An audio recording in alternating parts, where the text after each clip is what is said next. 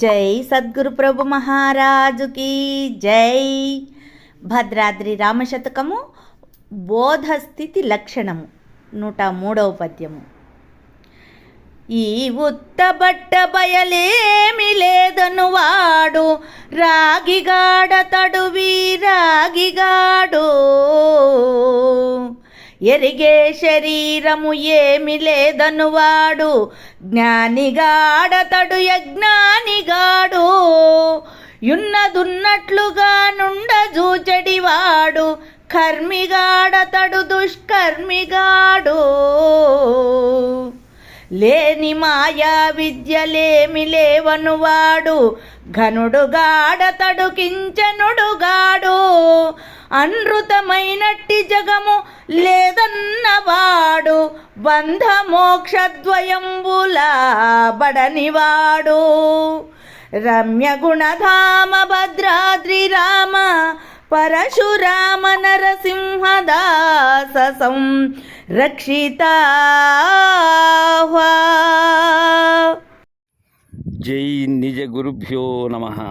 జై అమలాంబ సమేత అనుభవానంద రాజయోగేంద్ర ప్రభుస్వాముల వారి దివ్య చరణారవిందములకు ద్వాదశి వందనములు సమర్పించుకొనుచు శ్రీమద్ పరశురామ నరసింహదాసు గారిచే విరచితమైన భద్రాద్రి రామశతకము నందు ఈరోజు మనం బోధస్థితి లక్షణము 103వ శీర్షపద్యాన్ని ముచ్చటించుకుంటూ ఉన్నా. ఆయన శిష్య, బోధస్థితి చెందినటువంటి పురుషుడు వారు ఈ విధముగా ఉంటారు. వారు ఎలాంటి వారంటే శిష్య, ఏమీ అనలేని వారు, ఏమీ అనరాని వారు, ఏమీ కాని వారు నాయన. వారిలాంటి వారికే వారి యొక్క ఉనికి తెలుస్తుంది. వారు ఈ దేహం ఉండంగానే భ్రాంతి లేకుండా సూచన పొందినటువంటి పరమభాగ్యశాలురు.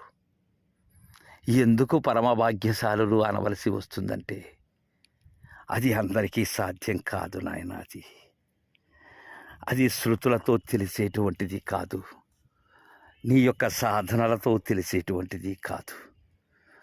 ఆ మహేంద్ర జాలి యొక్క మాయ ఏదైతే ఉన్నదో దానిని రహితం చేసినటువంటి వారు ఆ మహాగుహ్యాన్ని, మహారహస్యమైనటువంటి గురు సాంప్రదాయాన్ని ఎరిగినటువంటి వారు ఎలా ఉంటారంటే, శిష్య, ఈ ఉత్తబట్ట బయలేమీ లేదను వాడు రాగిగాడతడు విరాగిగాడు. ఈ ఉత్తబట్ట బయలు ఏమీ లేదు అనేటువంటి ద్వాదశాక్షరి నిర్ణయమైన దానిని లేకుండా ఉండబడేటువంటి వారు నాయన, వారు నిరంజనులు.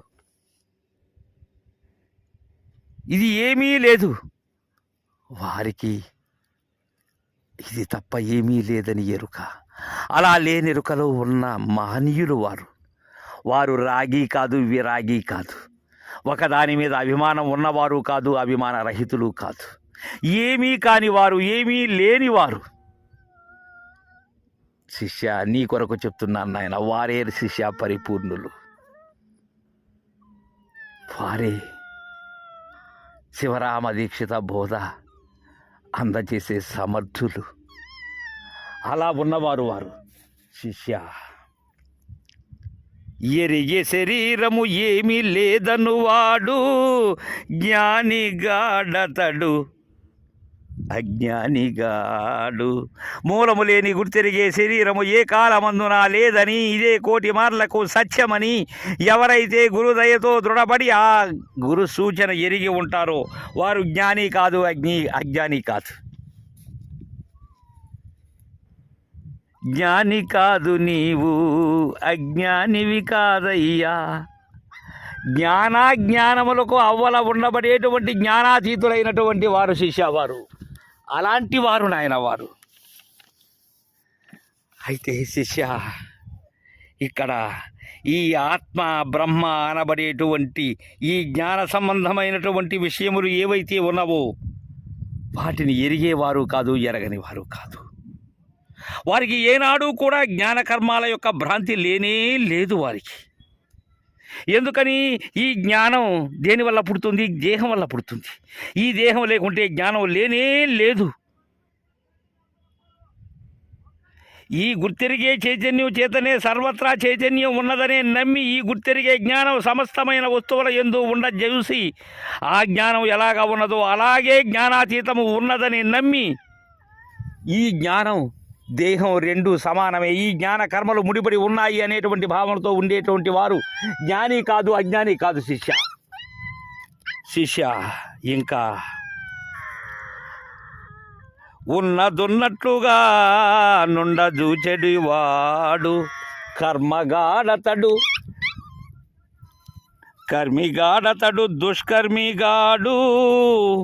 ఉన్నదానిని ఉన్నట్లుగా ఉండచూసేటువంటి నేర్పరి, ఆ సూచన పొందినటువంటి ఆ సశిష్యుడు, ఆ నిజగురు మహాత్ముడు ఎలా ఉంటారంటే శిష్య, వారు కర్మీ కారు, దుష్కర్మీ కారు. వారు నాయన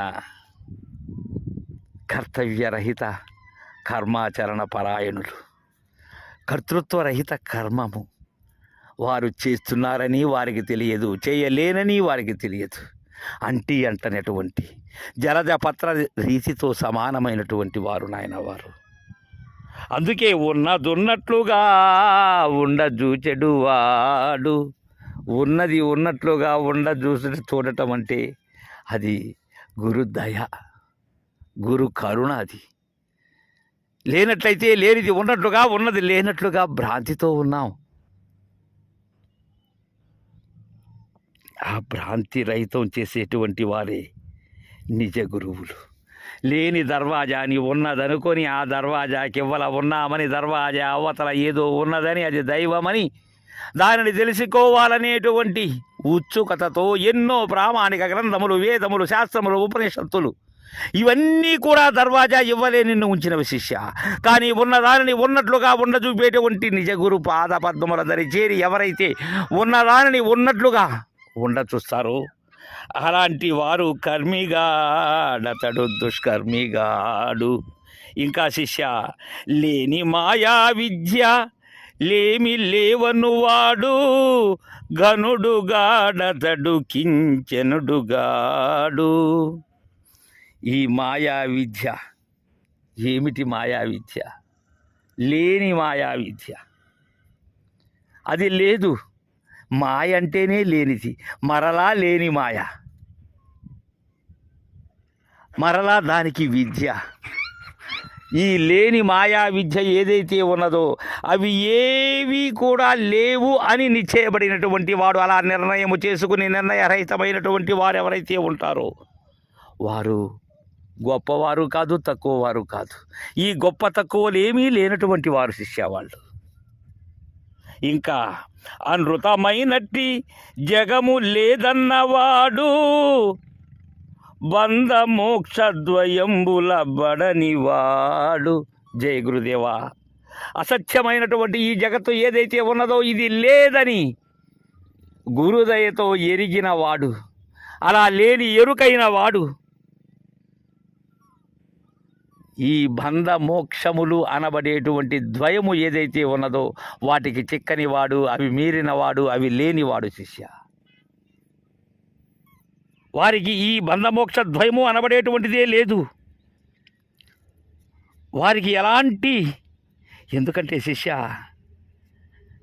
వారు ఏమీ లేనివారు, కంటిలో పాప క్షయమైనటువంటి వారు.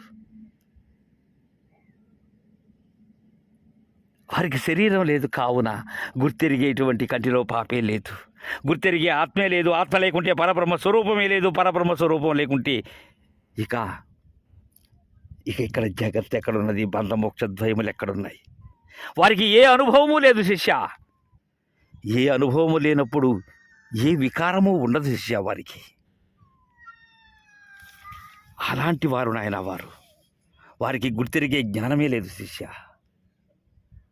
అలాంటి వారు ఈ ఉత్తబట్టబయలు ఏమీ లేదనేటువంటి వాడు, ఏమీ లేదను వాడు, ఏమీ లేక ఉన్నవాడు, ఇది తప్ప ఏమీ లేదు అనేటువంటి వాడు, రాగ విరాగములు లేనటువంటి వాడు, మూలము లేని ఈ గుర్తెరిగే శరీరం అనబడేటువంటి సువర్ణ సాక్షరిని తరించి